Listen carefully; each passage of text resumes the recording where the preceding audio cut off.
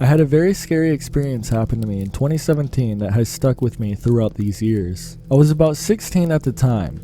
I was visiting my uncle on my mom's side at his cabin located in the woods on northwestern Maine. I was driving my grandpa to go visit them for the fall season. The cabin was rather small and could only accommodate my uncle, aunt, and my grandpa, so I was told to sleep in the camper that was set back further into the woods. That evening went by as usual.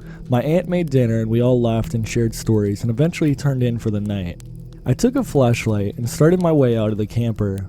About halfway down, I shut off the flashlight and looked up to admire the night sky. It was at this point I noticed how quiet the forest had become. There were no birds or sounds of crickets or rustling leaves, just pure silence. I suddenly got this intense feeling of dread deep within my gut and the hair on my back of my neck stood up. The voice in my head told me to bolt it to the camper as fast as I could. For some reason, my instincts told me I didn't belong there and something was watching me. When I made it to the camper, I slammed the door shut and double locked it. I swear I could hear my heart pounding in my ears as I laughed at myself for getting so worked up over nothing. The entire night I was restless in my sleep.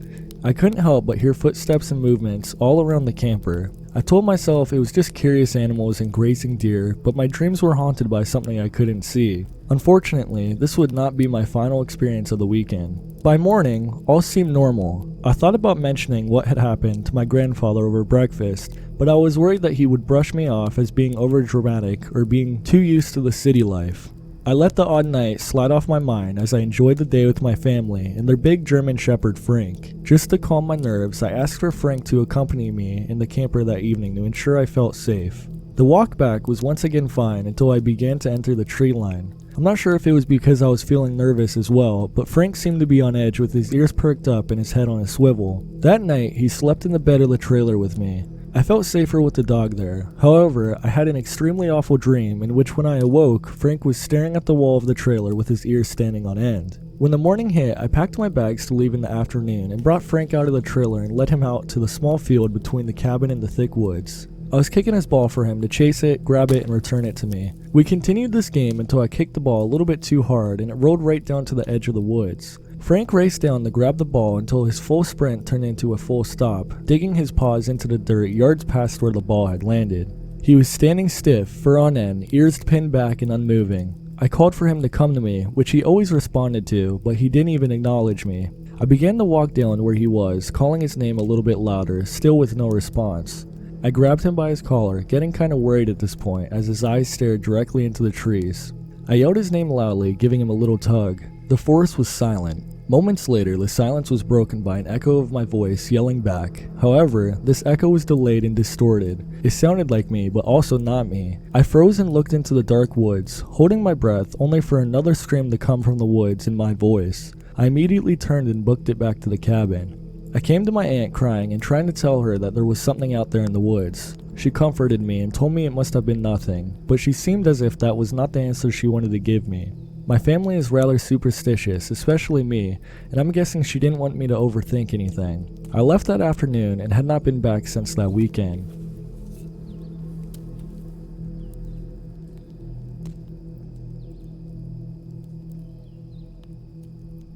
I rented a cabin with my best friend from high school during my second year of college. We went to different colleges, but we made sure that we would come back together and spend time with each other in the summer. The first year we went on a road trip and everything went fine. However, the second summer I was a bit too tired to do that.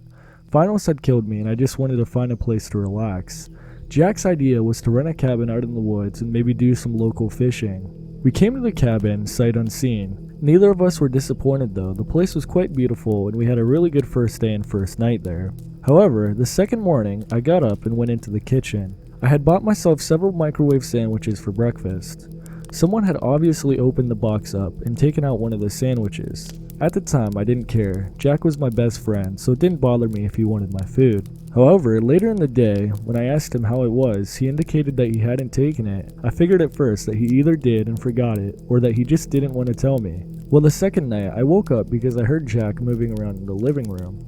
He normally slept like a rock, so I was surprised. I called out and asked him if anything was wrong, but didn't get an answer. The following day, another one of my sandwiches was missing, and I figured it was just a joke from Jack. He insisted that he didn't take one of the sandwiches and that he hadn't been up in the middle of the night. I really thought Jack was just messing with me. That was until that night. I was sleeping when I heard a creaking sound which woke me up. I immediately looked over to the bedroom door and saw that it was slightly open. Someone behind the door was partly visible and then slammed the door.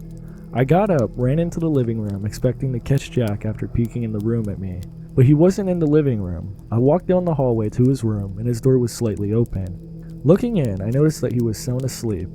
I checked around the cabin, found all the windows and doors were secured, so no one could have gotten into the cabin. I had to go back to bed, having discovered nothing. It was tough getting back to sleep that night though. In the morning, I discussed it with Jack, who insisted he had not gotten up during the night, and if he would have, he definitely wouldn't have been peeking in on me. So he brought up the idea that maybe the cabin was haunted. I laughed that off, of course, not believing in such things. But I guess for the first time in my life, I began thinking about it. And by the time I went to bed, I had really worked myself up into a mood where I was worried and couldn't get any sleep. After tossing and turning for an hour or so, I decided to get up and get myself a snack. I found that sometimes a hot meal did a lot to help me sleep. I sleepily walked over to my bedroom and opened it. Immediately across the room, I saw something moving.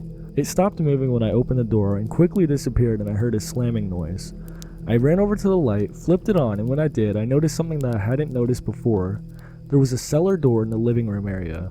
I put two and two together. I ran, took the couch, and pushed it over the cellar door before running back into Jack's room to tell him what I had seen. Someone was in the cellar of the cabin and had been coming out at night. I told him about the couch, and Jack was a really big, muscular guy, and he went immediately and sat down on the couch while I went to the phone and called the police. This was a vacation cabin, but it wasn't too far out of town. The police were there within half an hour. They brought the person out from the cellar, only to reveal that it was a very skinny and sickly looking woman. She had been living in the cellar for a while, stealing food from the people who had rented it. It turned out she was a schizophrenic woman who had been in and out of psych wards.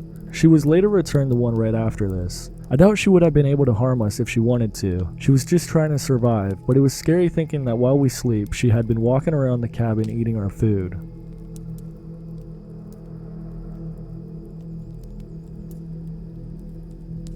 I live in a large city at the foot of Pikes Peak in Colorado. This story takes place a few years ago in a smaller town in the mountains right near Pikes Peak. A little background about this area before we go forward. Here in Colorado, we have a history of multiple Native American tribes that once occupied a lot of land, but sadly that isn't the case anymore. Growing up here, we've heard all the legends and just talked about scary stories, but never thought they were real until this happened. My childhood best friend has a log cabin looking house far up in the mountains that her dad built from the ground up. We often had sleepovers that would last days or even weeks at a time, so when something paranormal like this happened, it took a lot for me to go back there. I'll describe the layout of the house because that will become important later on. She had a trampoline in her living room, and yes, I'm talking about a full-size trampoline. And the second floor of her house was open in a way that you could look over the balcony and see the living room. Her brother's room was up there right next to the balcony with those office cubicle walls separating it for privacy.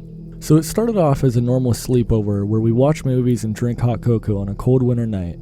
Around 1 a.m. we started to get the trampoline ready for us to sleep on. We were laying down pillows and blankets when one of those large cardboard rolls that are left after you use wrapping paper flew over the separating wall of the balcony. We thought it was just her brother upstairs telling us to quiet down. We then go and brush our teeth and wash our faces. We come out of the bathroom and see a water bottle on the trampoline that we assumed her brother had thrown over again. My friend grabs it and notices an odd smell coming from it as she unscrews the lid. The disgusting scent of vomit poured out of it.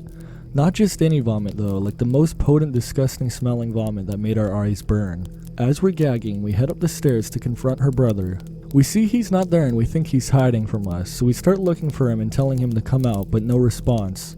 We decided to go tell her mom, and when we entered the room, we saw her brother sleeping on the floor next to her parents' bed, and we get really confused. When we woke her mom up at 1 a.m., she was obviously mad, so we explained to her what had happened and that her brother was throwing stuff at us from the balcony. She explains that he has been in there since 9 p.m. We both get chills and our eyes go wide, because we realized if he were to wake up and go upstairs, we would have noticed him, but we were alone in the living room all night long. Refusing to go back out there, we sleep in the same room with her mom and stepdad. In the morning, we get the courage to go upstairs and we immediately see a bunch of stuff thrown all over the place. There were claw-like marks all over the walls and through several posters. Books were knocked off shelves and clothes ripped out of the drawers.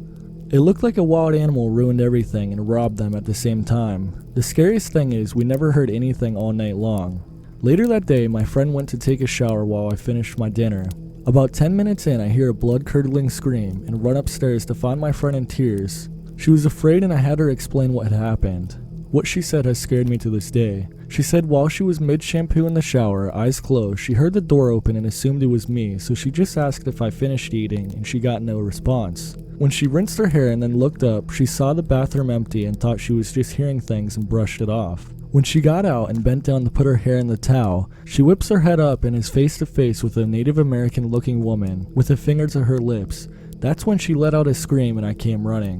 We ended up saging the house and tried to investigate who owned the land before her family. Her mother stated that it was only recently that they started selling land to build on due to the Native Americans' hold on it. To this day, we still have unanswered questions. Why did that water bottle smell like that? Why were things being thrown from upstairs in the first place? And who was that woman in the bathroom with my friend?